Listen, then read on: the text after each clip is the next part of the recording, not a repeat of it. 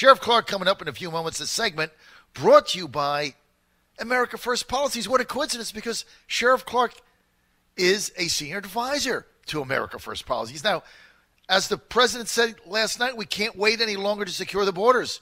Over the past 3 months, 60,000 migrants showed up at our border illegally. This is happening every month. We're getting 60,000 a month. That's the same as the entire city of Seattle every year, 720,000 people. Even worse, this human wave carries dangerous criminals. Illegal aliens are charged with killing 12 Americans just last year. Good people like police officer Ro Nielsen, who was shot and killed during just a traffic stop for a speeding ticket. And 16-year-old Madison Wells stabbed to death by her ex-boyfriend, who was here illegally, police maintain. And Logan and Jessica Wilson, their 3 young children, are now permanently separated from their parents after an illegal alien charged with drunk driving and manslaughter crashed into them. Enough already. Call Congress today, like the president said last night. Tell them you want to build the wall now. You want to reopen the government. You want your Democratic congressperson, whoever it is, you want him to negotiate. 202-224-3121. 202-224-3121. Information, go to americafirstpolicies.org. This message paid for, authorized by America First Policies Incorporated. Joining us now, America's Sheriff David Clarke. Hey, Sheriff, great to have you. Oh, it's a pleasure to be on, and hello once again to your listeners.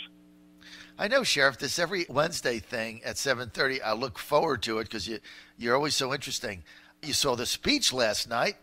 I'm very eager to hear your take on the president's speech and the Pelosi-Schumer kind of Vex-lax commercial rebuttal. Sure. The president knocked it out of the park. Look, when you go to do a primetime speech like that, you have the attention of the American people, and that's why you do that. You want to accomplish a number of things. First, you want to convey a sense of urgency. He did that. Second, you want to tell the American people what you propose to do about it. And third, you want to tell the American people what you need them to do. And I think he did all three. He made the case. He laid the data out. And the more that the American people hear these staggering figures, these negative numbers in terms of crime, in terms of a drain on public resources, so on and so forth, I think the more that American people's eyes are going to be open. Look, he's winning this polling. The American people wholeheartedly want something done along that southern border, not just something. They want it sealed. They want illegal immigration stopped. Democrats, on the other hand, and that's the other thing that the president did a great job of last night, is he stuck to policy. The Democrats are playing politics, and obviously Schumer and Pelosi, they're speaking from talking points. Okay, the wall won't work. It's too expensive. It's immoral. Blah blah blah blah blah. The American people aren't hinging on any of that. So the Democrats realize that they're losing control of this narrative. On the political realm, which is what they're playing, politics is about winning narratives. They're losing on that too. The polling shows that, so they're getting desperate right now. This ploy, and the president is not foolish enough to fall for this trick. The Schumer and Pelosi say, open up the government and we'll continue the debate on border security. No, they won't. This debate's been going on for 30 years. That's an old Washington trick. Just debate it. Just talk about it. Do nothing. This president is going to get something done. He's a man of action. He's a man of results. He's not just paying lip service like his predecessors in the office, both Republican and Democrat, and on Capitol Hill, have paid lip service to this. He's going to fix this problem. Well, he has to fix it because the alternative is we have an open border situation, which is what catch and release is. Let me just ask you this, Sheriff Clarke. What do the Democrats want? Obviously, they want open borders because they're opposed to border security. They say they're not, but they won't vote for anything that'll stop illegals from coming in. They won't even change the law, the asylum laws that take advantage of, the catch and release. They don't want to change any of those. So it's lip service. So, I mean, if they were in charge of the entire government, what would the border security look like? What do they want?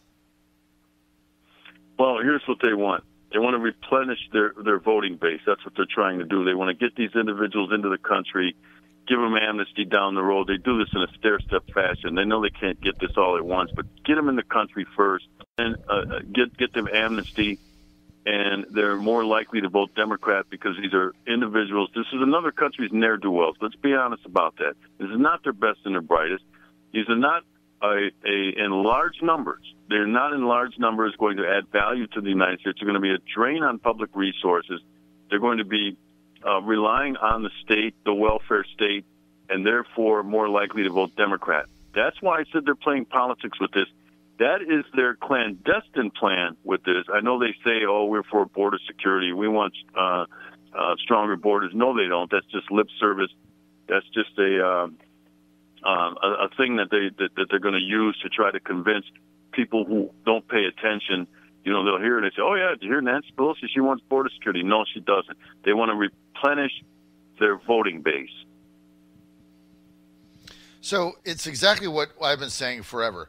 It's simply a matter of transforming the country, bringing new voters in, and they want to get cheap votes. Rather than convince people to vote their way that are already here now, they simply want to flood the country with different people that they can eventually put on some kind of government benefit program that then become beholden to some benefit, income, phone, food stamps, housing, shelter, education, healthcare.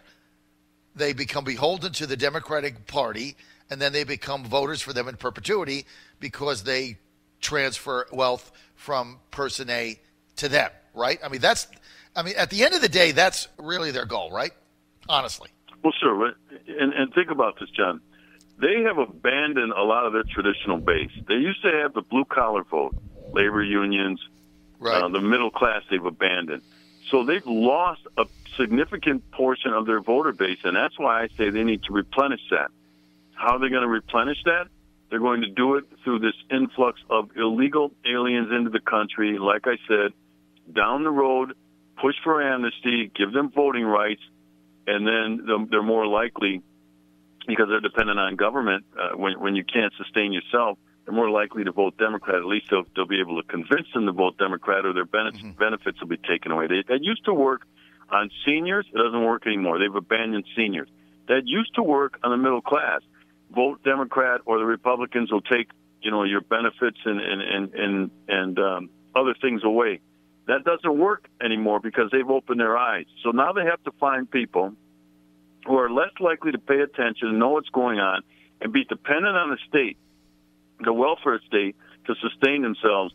That's what their true objective is. I wish more people would point that out. I know you have been beating that drum. I've been beating this drum. And the reason why it's important is to convince the American people, citizens of the United States, of what's going on with the Democrat Party.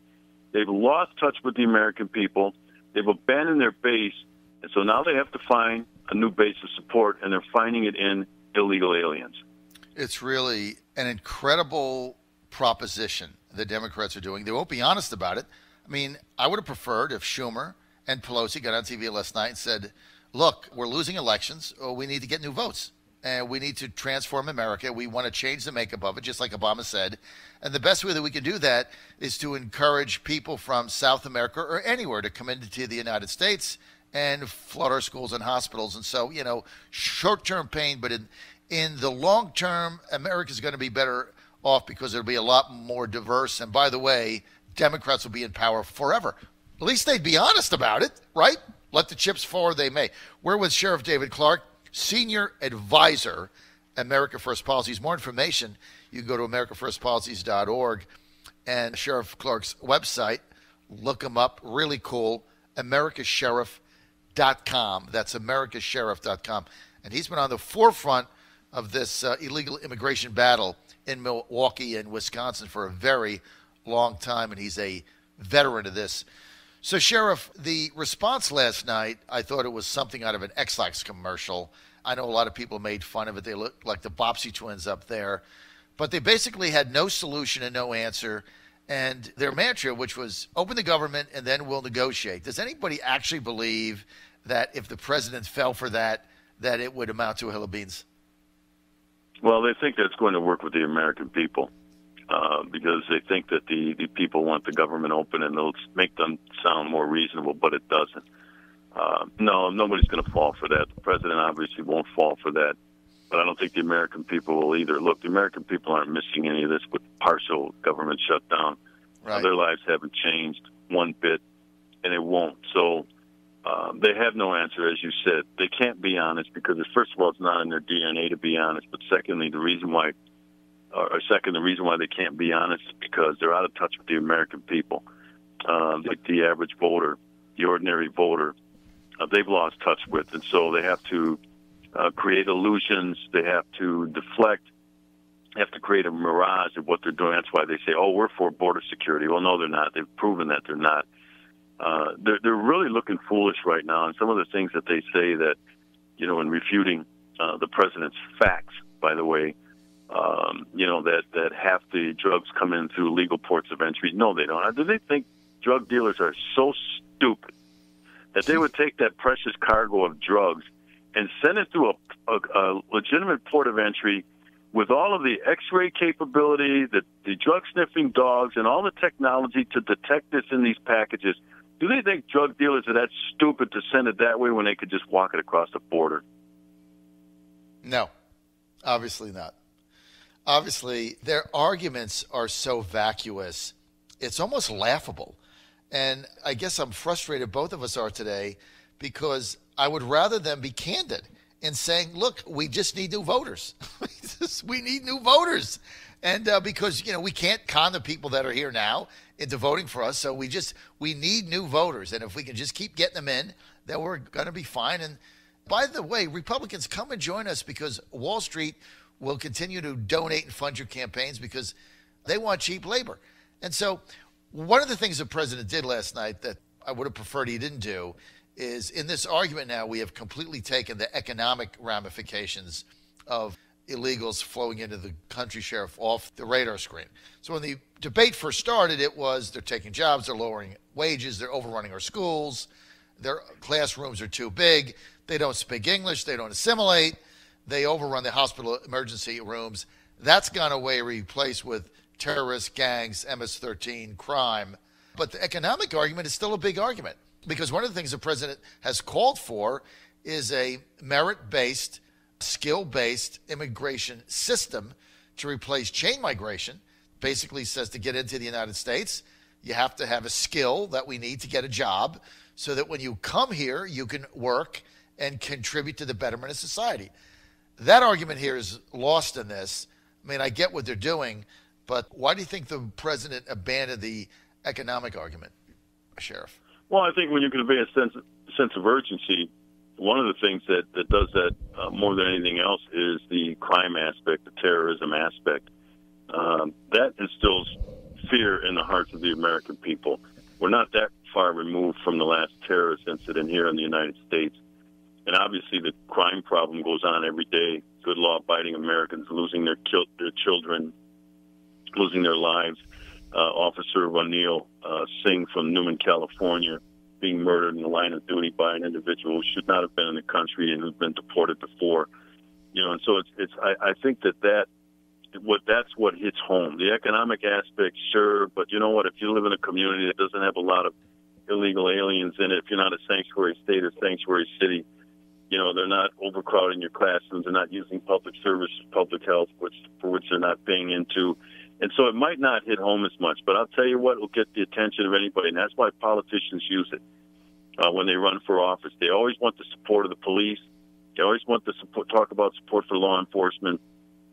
And they know that crime is number one in any community, even in suburban communities. Crime is number one because criminals are now more mobile, so they can drive to an area that's more affluent from a depressed area. Right. Crime is number one on the list, so that's why they go out and say, I want to lower crime rates. I want to give more support for law enforcement programs, on and on and on. So I think it's a dual purpose, but I think that the emphasis on that, when you only get 8 to 10 minutes, and keep that in mind, too, and you got to get a lot in. So I think he touched on some economics, but he put a little more on emphasis on the crime and terror. That gets the attention of the American people real fast. Well, and you look at some of the murders that have been committed and the atrocities, and I think it's easier for people to relate to right now. So I think you're right on that. Sheriff David Clarke, America's Sheriff. You can get more information. Go to americasheriff.com. That's americasheriff.com. And I know that Sheriff Clarke is depressed today like me because Rod Rothenstein, the rat weasel, Rothstein is quitting the Justice Department. I say, Sheriff, don't let the door hit you in the keister on the way out. What do you think? Yeah, it's been a long time in coming, and it should have happened a long time ago. It didn't, but it's going to happen now. It's once they confirmed the next Attorney General, Rosenstein, announced that he was going to leave. That's good. That'll help. It's one more holdover, if you will, one more Obama holdover that we get rid of. But we have a long way to go. That's part of draining the swamp. I know, we need right? to Another step it up. Get rid of more of these people who are not working with the president, who are against this president, part of the never-Trumper crowd, and the sooner the better. So it's a good day for America with Rod Rosenstein announcing that he's leaving. good riddance, another rat weasel getting kicked out of the swamp. Sheriff David Clarke, thanks for being with us. More information, americasheriff.com.